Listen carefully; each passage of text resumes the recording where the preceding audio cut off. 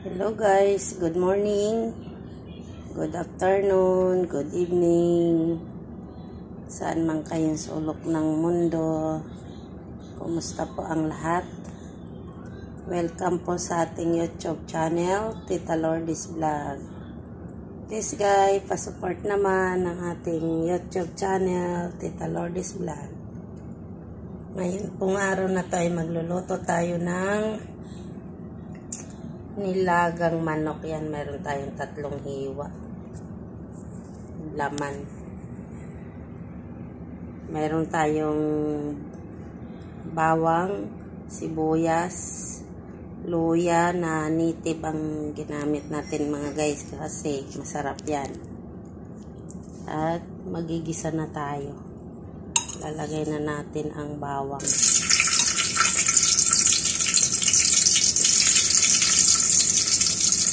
Lagyan natin ang bawang para maisangkot sa natin mamaya ang manok. Yun, yung kamatis natin na na-harvest dyan sa labas. Lagay na rin natin, sayang.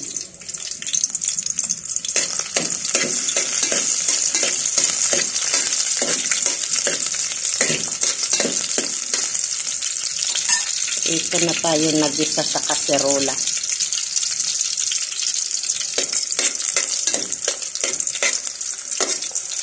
Yan. Tapos, lagay na natin ang luya para lumabas yung kanyang aroma.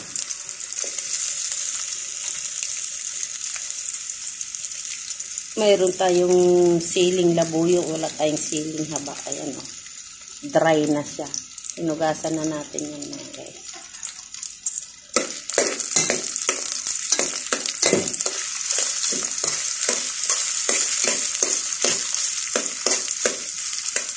Pag-brown natin yan, kailangan kasi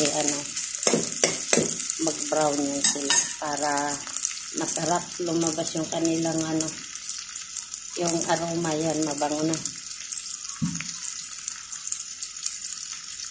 Lagay na natin ang sibuyas.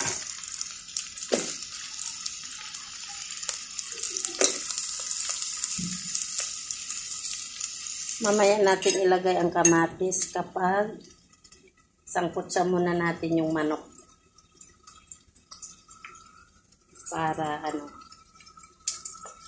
Para po maalis ang langsa. Yan. Tapos maglalagay tayo ng pamintang durog. Yan, mayroon tayong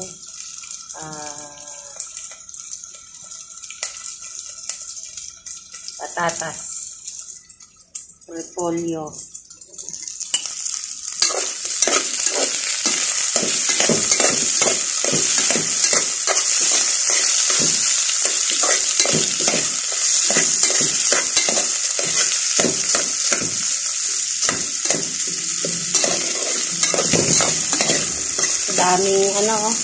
daming lamas mga guys.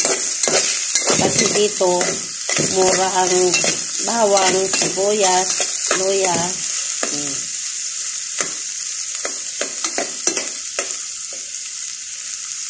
Yan. Ayan muna nating maluto sila. Tutur ko muna kayo sa aking sa aking parlor. Yan. Wala pang customer. Yan. May customer na pala kaming isa. Nagpatanggal ng buhok sa mukha. Ayan. Yung kasama ko, nagkakape mo na. Shout out sa iyo, Beatrice. Good morning. Good morning daw mga guys. Ayan po. Balikan na natin yung ating niluluto. Nandito po tayo sa kusina. Sara natin ang kurtina para hindi nila maamoy dun sa loob ng parlor.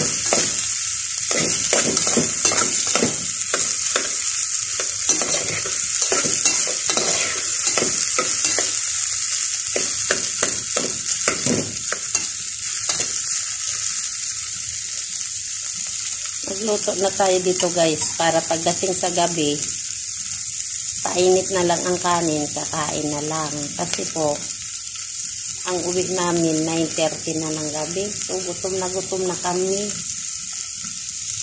Yan, pwede na natin ilagay tong manok siguro.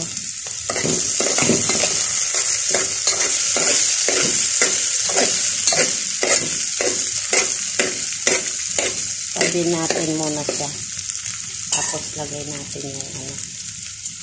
Manok, may asin na yan guys. Lagyan na natin ng asin. Para may lasa na.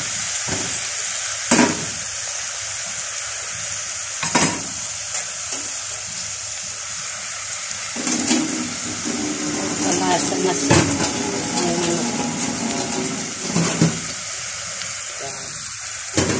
Hayaan lang natin siyang mag-brown yung manok para maalis talaga ang lansa niya.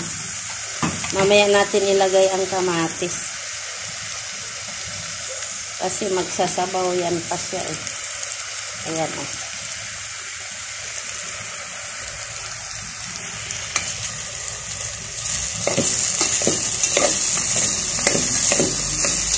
Sarap ito, masarap.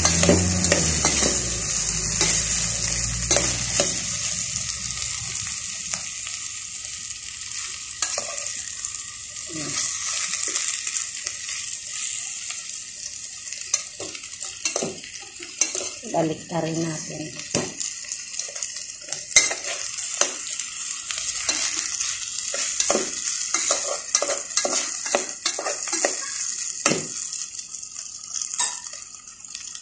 Lagay na natin tong ano, tong sili na tuyo.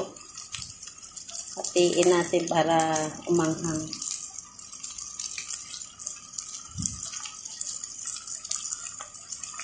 Tapos magpakulo na tayo ng tubig na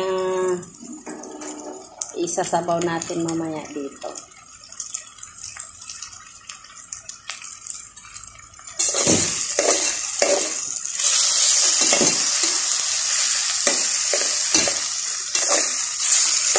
Pasensya na kayo sa aking video mga guys at wala pa tayong cellphone lang itong ginagamit ko. Wala pa tayong pangmalakasan. Inshallah. Lagay na natin tong kamatis sa ibabaw para mag-ano na siya. Katas. Magkatas. Tapos lagyan natin ng paminta. Pamintang dorobyo. Yan. Masarap, marami paminta. Tapos asin para kumagat na yung ano dyan, kumagat na yung lasa. Yan guys. Mamaya pag may tubig na sila saka natin lagay ang patatas, repolyo. Matigas ang repolyo dito guys. Hindi pa tulad sa atin sa Pilipinas na ano, yung repolyong bagyo, masarap. Lagyan natin. Ano,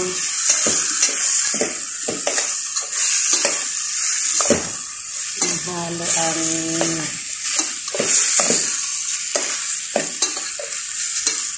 kanyang paminta. Yan guys. Alam nyo na yan. Lalagay na lang mamaya ng sabaw. Tapos, ilagay ang patatas. Yan po. Yan guys. Thank you for watching. Salamat po. God bless us.